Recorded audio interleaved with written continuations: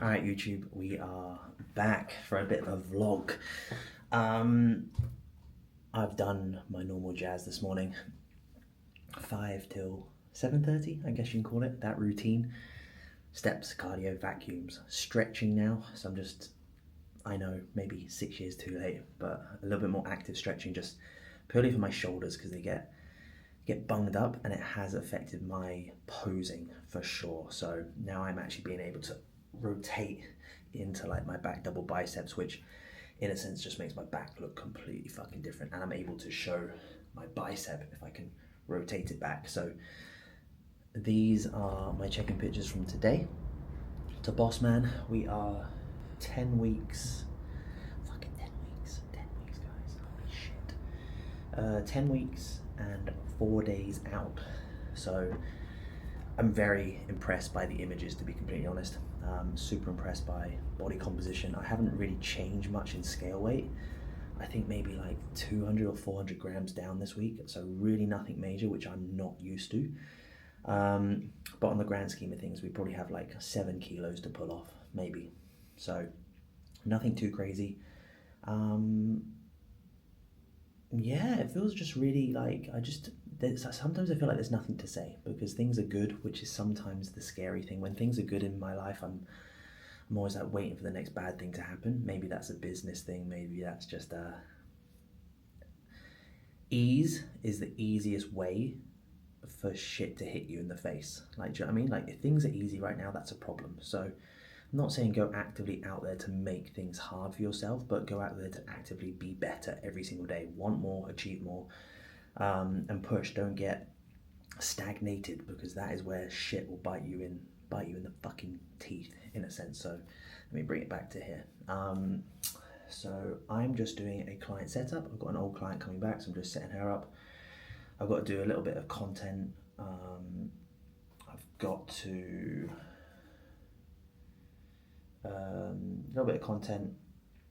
I've got to follow up with some client payments because that's always fun. And I'm just putting the finishing touches on another webinar. I'm going to do a webinar again. I'm just fine-tuning kind of what I want it to be about. Each webinar, I probably do them like every 3 months, just a free webinar where I can give my experience, give my knowledge, give my formula of whatever topic I'm talking about to anyone and everyone who generally wants to become a fucking great version of themselves and get in phenomenal shape. So that is what we're doing. And let me take out face tracking. We've got, where's Mrs.? We've got Cora, and we're just going to dive into this setup now with coffee on hand. So we'll do this and probably see you when we walk to the coffee shop for another coffee.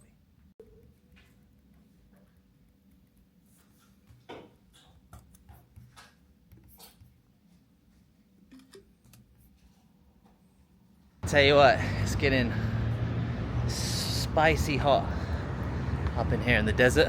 That last little clip, if you want to get the most out of your coach or vice versa, you want them to be able to make the right calls and what they should do going into making changes, whatever they need to do to give you the best feedback. What I found is send your video to your laptop, especially if you've got like an iPhone, just airdrop it over and then kind of crop the pictures out. You can, I think it's like Command 4, and it just keeps the quality, because if you screenshot them off your phone, they kind of wash out a little bit. And it's the same even if I post those pictures off my phone and upload them to Instagram, like the quality just drops off a little bit. So then what I'll do is I'll crop them on the computer, I'll send them back to me, and then I'll send them to my coach from there. It literally takes fucking 2 minutes. But if you value your coach and you actually want them to make the right calls, I highly recommend it. Especially again, if you're in the phases of like contest prep and you take things seriously, and regardless if you're a lifestyle client, you should want to get the most out of your coach. Like, you're paying them, so you want to get the most quality feedback possible.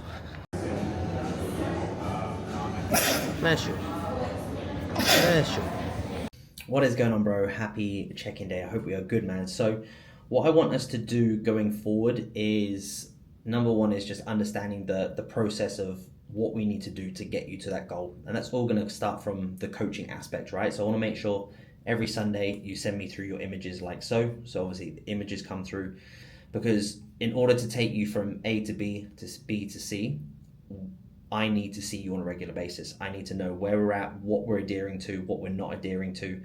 And like we said, this week, I want to really look into your training performance and your accuracy.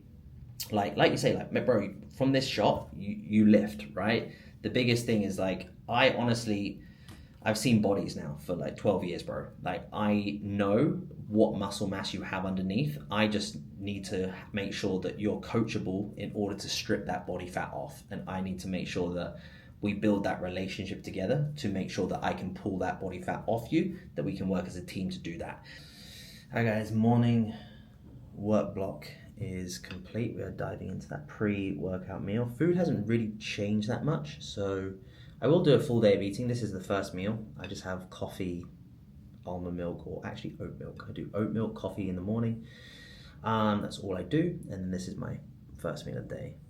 Oats, rice flour, mango, whey, pink salt, low sodium salt, etc., all be here. Pink salt and low sodium salt goes into every single meal. With my pink salt, I just keep it consistent with 10 grinds. Low sodium salt, I put a gram in per meal. So really simple there.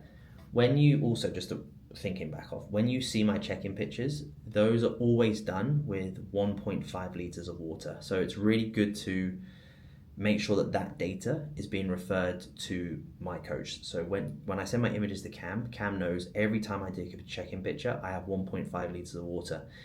You can see then the muscle fullness, how we're holding scale weight, all these different things, right?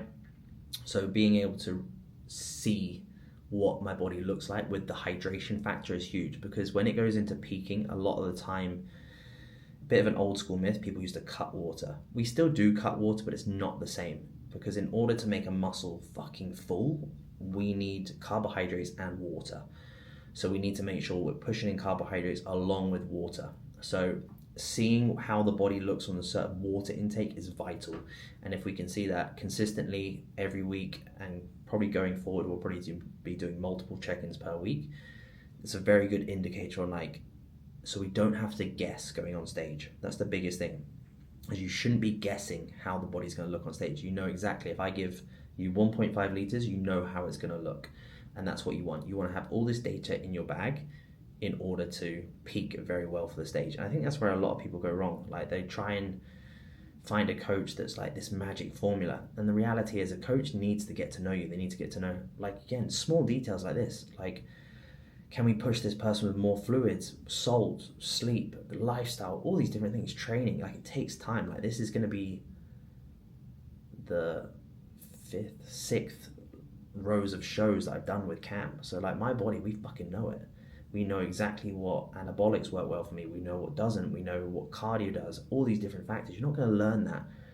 And a coach isn't going to learn that from fucking one prep, or vice versa. Even 6 months. Like, you need a long time working with a coach for them to really understand you. So anyway, that's that. Make sure you eat your meals slowly as well. So if you've got gut issues and you're bloated and things like that, most of the time people are just in between meetings, just sculling their food, forcing it down. Take your time, eat your meals slowly, enjoy them, make them presented well, pick ingredients that digest well, and I guarantee you that's such a simple way just to eliminate any gut aggravation or digestive issues. Now we're going to watch the catch up of the Formula One.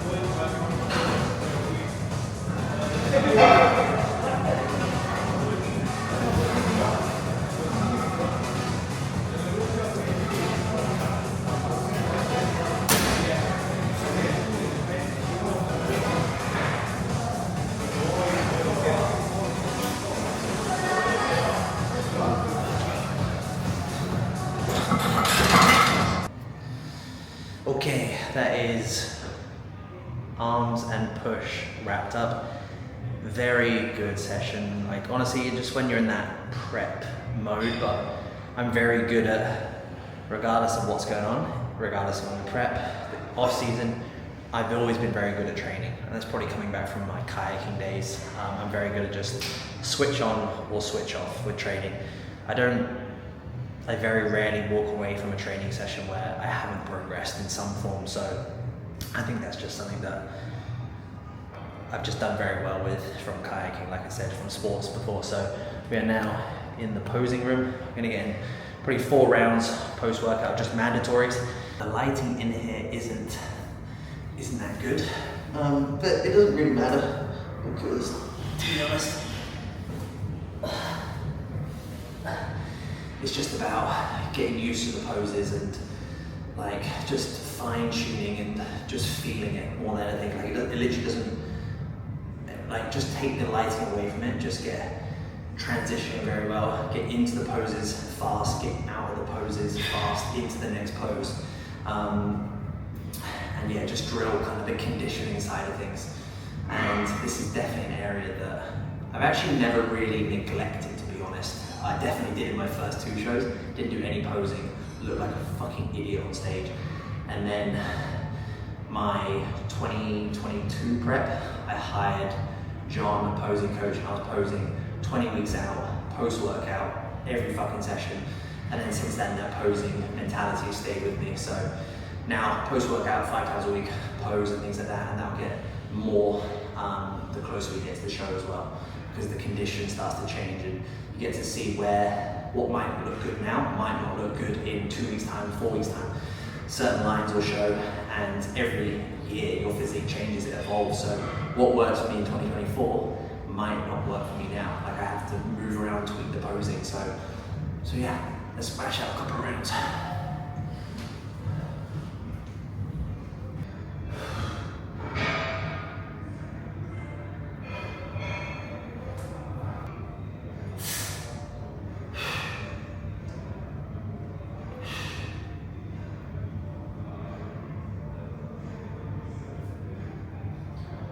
Post, this is where the crash starts to happen, guys. I've got a couple of hours of work and then I've got to get ready for tomorrow. So, post-workout,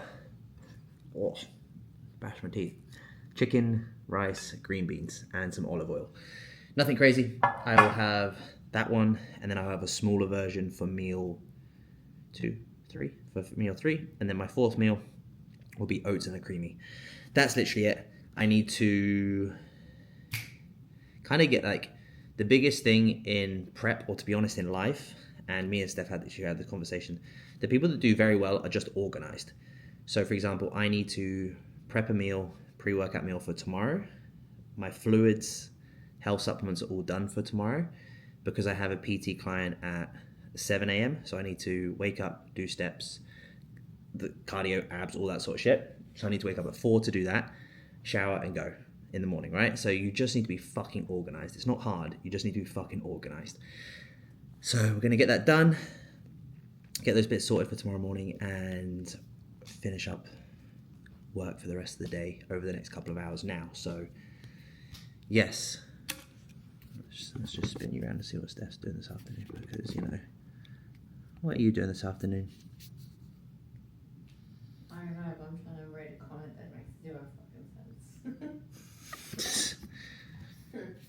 So, I'm watching. I'm doing check-ins.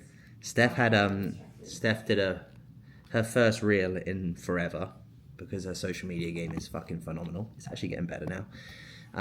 She had a reel that kind of popped off a little bit, and it's just people arguing in the comment section, it's quite entertaining.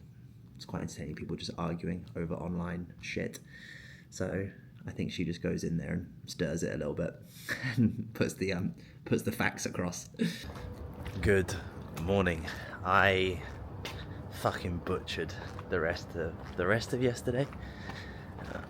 Whatever you saw me do yesterday, I fucking butchered it. I was supposed to show you my last meal. I had 2 chickens and rice meals. I got carried away with work. By the time you know it, I got to get meals ready for dinner for the family, and yeah, that was that.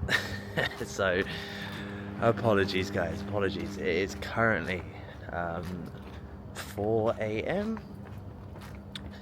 going out for a walk to get some steps in before I start cardio. That is one thing that you should always fucking do before you start your cardio. It allows you to get that heart rate up a little bit so that you don't waste the first 5 minutes of your cardio session getting your heart rate up. So for me, I take my Clen, I take my health supplements, I've got my greens, Hydromax, electrolytes, creatine, glutamine, all in this first 1.5 litres that I have. My first 1.5 litres of fluid in the day. So yeah, we'll go get a couple of thousand steps, walk back to the gym, and then start the cardio, vacuum, abs, stretching drills. That's literally it. Because I now have a client that I coach face to face, which feels really fucking good, to be honest. Feels like I'm going back to my roots. It feels like I'm going back to my roots a little bit. Like, I've coached online fully for the last 6 years, and don't get me wrong, it's fucking amazing. It's given me so much, but sometimes just going online was never the plan. It wasn't a thing back when I started. I was face-to-face coaching in pure gyms, and then vice versa. Then I went to London, and I was in the big gym life in London for a good few years. And just the social side of things, just to be able to get away from the house for a morning, go do this client from 7 till 8 a.m. and sit in a coffee shop after that, just somewhere different in the city, do a couple of hours of work, and then head to the gym and train. It just feels so nice to get out that twice a week that I coach him, purely from a psychological aspect. So yeah, it feels nice. And that's that really, guys. So I'll probably take you through my morning because I really fucked up yesterday's vlog a little bit, but this morning isn't really that interesting. I know you want to see it all, so I'll make sure that I show it all and stuff like that. But let's go crack on with the day. Thank you. That was a tricky cardio session. You get those ones that when you get on there you're like, oh fuck, this is gonna be long. But I have a feeling coach is gonna increase my cardio this week as well, which is good. I'm gonna just wrap up, do some vacuums and abs, and then head up there somewhere and cook. I'm just this prep's been super smooth. Like I said, I kind of started this prep in January to shift off some body fat, that pre-prep phase. I'll dive into that a little bit more in another video, but I'm obviously coming back from Australia at 15 weeks out, just locked into prep, but it's been so smooth. And I put that down to 3 things. Put that down to my routine of where I live, obviously my fucking OCD routine, but my environment of where we live now. It's an absolutely gorgeous place. Training, I just train a lot better, a lot harder, with a lot more fucking intent and accuracy. And my sleep. That's the things that is allowing me to be very calm, very present. Normally in preps I'm like a little bit like this. It's allowing me to be a little bit more flexible, because I've spent many years earning the right to have this little bit of flexibility, to be honest. And it just feels very good. Just feels very good. So yeah, I love the mornings, man. I love the mornings. That's when I kind of get those, when it's just like sun's rising, get to have some nice thoughts.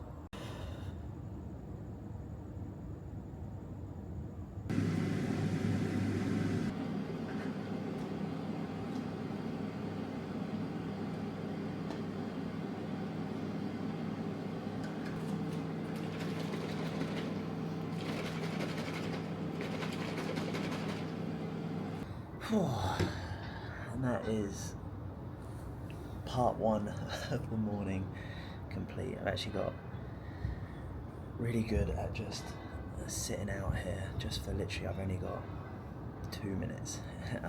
Just sip, have a coffee, just slow down, like fucking take in the world and just slow, because this fast-paced life, not enough people slow down, and then I get to do it, and I get to chill out with Cora at the same time. So I'm literally gonna sip this coffee, guys, and then we're gonna get showered and head off to the client's apartment gym.